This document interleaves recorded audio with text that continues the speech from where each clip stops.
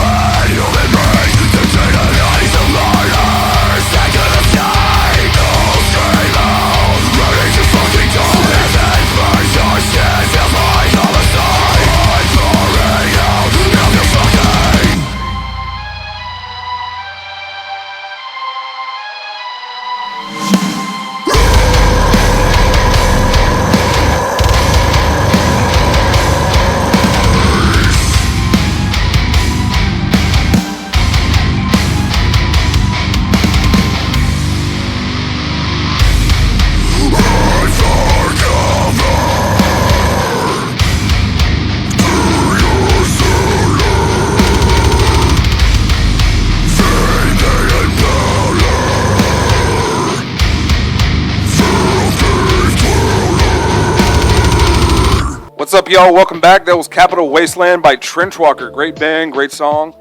Y'all, let's go ahead and get into this week's shows that we got coming up. Y'all, on May 16th at Scout Bar, we got Ingested. The very next day, on May 17th at Acadia Bar and Grill, we got Red Star with a couple of other groups playing. And then on May 20th at Scout Bar, we got Texas Hippie Coalition. Y'all, I'm not going to lie, I actually got to check them out at, I want to say, like, Mayhem Festival, like, maybe 8-9 years ago or something of that kind of nature. Y'all, Texas Hippie Coalition, they go off. I'm not going to lie. I'm not going to sit back and, like, be like, oh, okay, not my cup of tea or anything like that. You know, they may not be a band that we may play on here. They may not be a band I even play in the car or anything of that kind of nature. But, y'all, they put on one heck of a show, so definitely check them out. Again, May 20th at Scout Bar. Y'all, I'm not going to lie, I'm also going to talk about Texas Mayhem Fest 2. Just yesterday, I believe it was. Some of the bands went up there, they just killed it. Every single band killed it, all the way from front to back. Think about it. I went to basically a show that one band is called Cyborg Octopus. We played them last week. They're hitting breakdowns with a saxophone. How cool can you get? And then literally after that, you got, again, Steak Sauce Mustache going up there. Literally it's so funny to the point where you got a singer coming out in a baby mask with a toilet paper gun, and they're putting pool noodles in everybody's hands and telling them to make the absolute slowest wall of death ever. Probably one of the best shows I've seen in probably the last 4 or 5 years. It's not a huge festival type thing, you know, where there's millions and thousands of people, but people that were there, every single individual that was there was straight up awesome. Again, shout out to Alex for putting it on. But y'all, just remember though, that was just date 2. Texas Mammoth Fest 2 is still going on. The last date for it is going to be June 3rd. A great show's coming up. Definitely check them out. But we're going to go ahead and get into the next song here. This song is called Afterglow by Forever May Fall featuring Bradley Scott. Where do you go when you're looking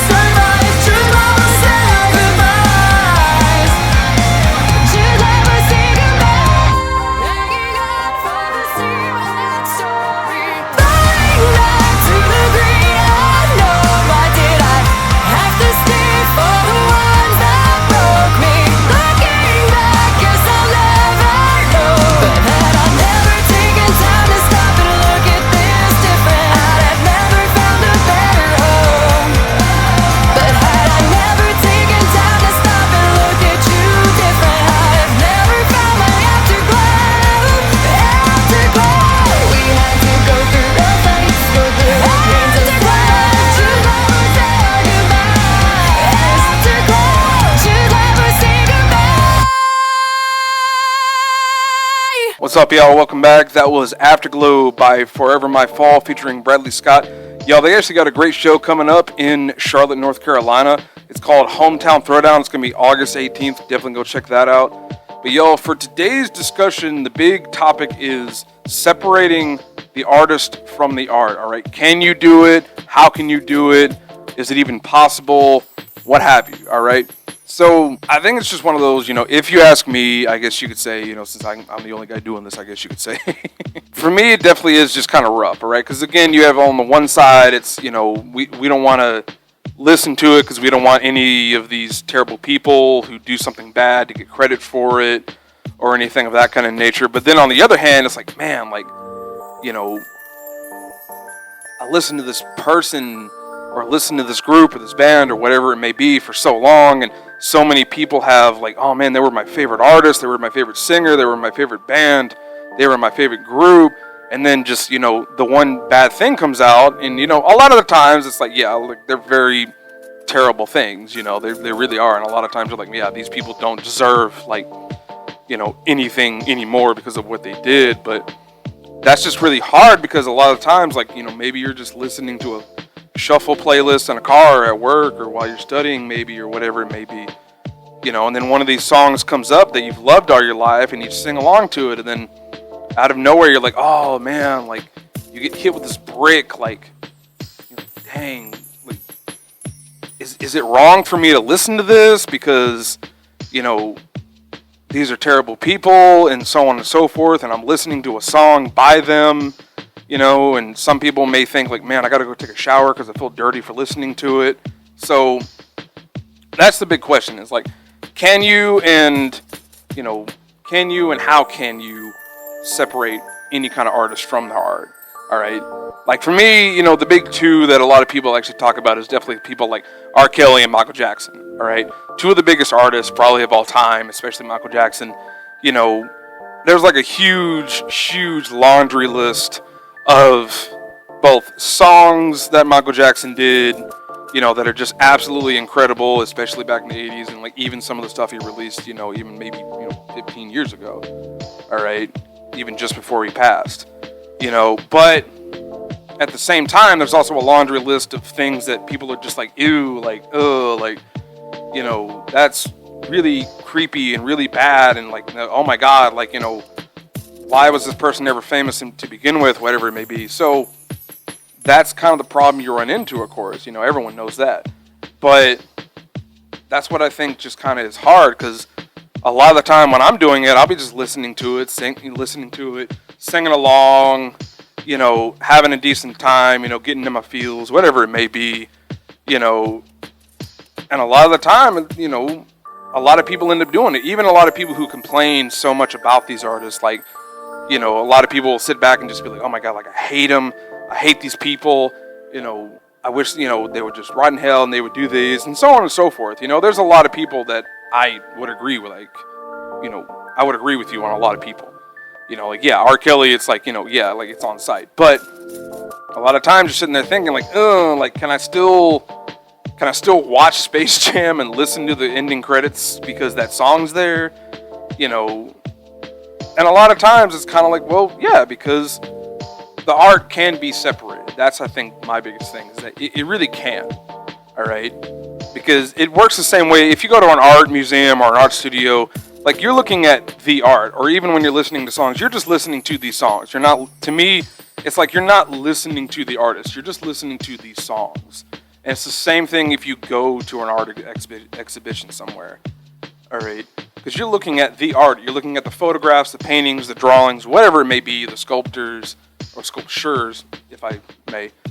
But you're not looking at the artist. You're not looking at them. All right? Maybe the art may be an extension of them, but then again, there may be something in that art that you find, right? Because, maybe these people wrote a song that was completely fucking, gross as hell, and even now you can't even listen to the song because it's just you want to take a shower after. But what's ironic is that there may actually be a piece of art out there that did reflect that very dark and very terrible side of that person. But then again, there's also a huge amount of art that they put out that goes, wow, that has to do with overcoming adversity, or, defeating depression, or whatever it may be, or keep moving forward, whatever the message may be. Not every single painting, or not every single song, or not every single piece of lyrics that these people do had to do with that terrible act. Which is kind of weird to say. Like, even now I'm like sitting here thinking, like, man, it still feels weird to say that it's okay to look at art by terrible people or listen to songs by pure scumbags, pieces of trash. But a lot of the times it's like, you listen to You're Not Alone by Michael Jackson, and it's like, well, cool. Like, I feel better now. I don't feel like I'm alone. I feel like I can move on. I feel like a better person. But at the same time, you're like, oh, but it's still by a person who was accused of all these terrible things. So the one huge thing that I would definitely take away from it is, at least on my end, I can, it can be completely different from everybody else, really could. But at least on my end, I do really try to do my best to separate the two, right? Because a lot of times you'll be listening to an individual song or seeing a very individual piece of art, and maybe it has something there that connects you to, and maybe it's just that one simple piece, one simple area of thought, all right, one simple area of peace, maybe beauty, whatever you may find, whether it be a song or art. Maybe that one piece can connect with you still, all right? Because when you listen to one song, you're not listening to all the songs. You're just listening to this one piece. You're looking at this one small area. And that one small area may end up actually helping, right? It may end up making you dance more. It may end up making you feel better. It may end up making you want to get up and do more with your life, whatever it may be, So I think what's ironic is that it really does come down to a very individual effort. Basically meaning that, there can be people out there that can't do that. They can't separate it. Because every time they listen to something, either one verse, one, small picture by a photographer, whatever it may be, maybe they can't separate the music from the artist. Because, like, all they can think about, even if they're listening to something that's, beautiful and great and outstanding, they themselves may not be able to separate it. But that's just an individual thing. Because that gets down to when people ask, like, hey, this or this, it's like, it always comes back to the same word. It always comes back to, well, it depends, all right? It depends on how the individual feels. It depends on, how that one in particular piece of art, or that one individual song, or whatever it may be. It comes down to how the individual feels. Because one person may be able to just listen to every single song, I guess you can say like me, and be like, cool, I listen to the songs, but, I just don't think of the artist. That's one way to put it. But there may be other individuals that every time they listen to one simple riff, all they think about is those things, and like that's okay because if they don't want to listen to it, that's fine. I think the only thing when it comes to separating artists from art is, don't be that person that puts other people down because they still listen to it, right? The only people that you should put down is the people who, completely and utterly defend real pieces of trash, like if there's somebody listening to like an R. Kelly song, like, definitely if somebody's watching Space Jam and they're singing to I Can't, if they're singing to I Believe I Can Fly or whatever it may be, I'm not going to give them any shit for it. It's a great song. There's a lot of other people that was on it. A lot of other people wrote it and helped write it, whatever it may be. But I'm not going to sit there and say, okay, well, you're listening to that one song by the one artist, and you are also a terrible person. Like that's just ignorant. All right. But I mean, if I'm sitting down, if I'm singing to the song, and then some guy starts talking about like, oh yeah, like R. Kelly is totally innocent, and like I'll stand behind him on 100%. I'm like, okay, you're the person I'm going to badmouth because, if you're fully behind that, like, you need to go. Like the dude literally has been found guilty, has been sentenced to jail. Like the guy is a piece of shit. All right. Yeah, I may listen to a song or two here and there, but that's because, that's just how I am. And a lot of other people may disagree, but the only people I would ever put down are the people that sit there and go, yeah, I listen to all of it, blah, blah, blah. Like he's totally innocent, blah, blah. Like that's the shit that I'm fine with putting down. All right. If not, y'all, definitely send us a shout out. If you have a completely different opinion, definitely let it be known anywhere that you want. Put it under a comment somewhere, message us, whatever it may be.